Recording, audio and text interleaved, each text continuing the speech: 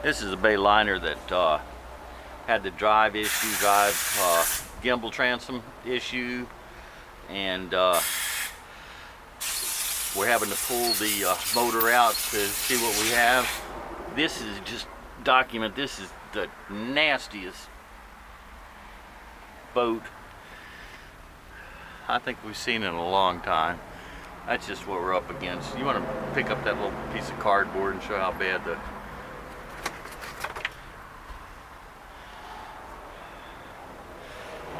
okay. And we're going to have the drive off in just a minute. Here's the motor that's out of it.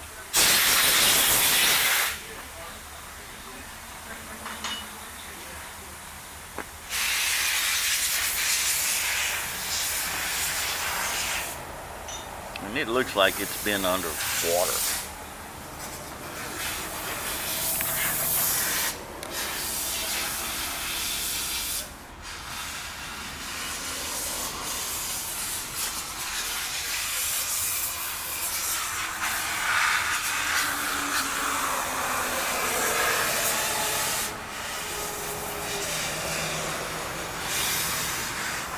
That's the motor that came out of it, and we'll find out about that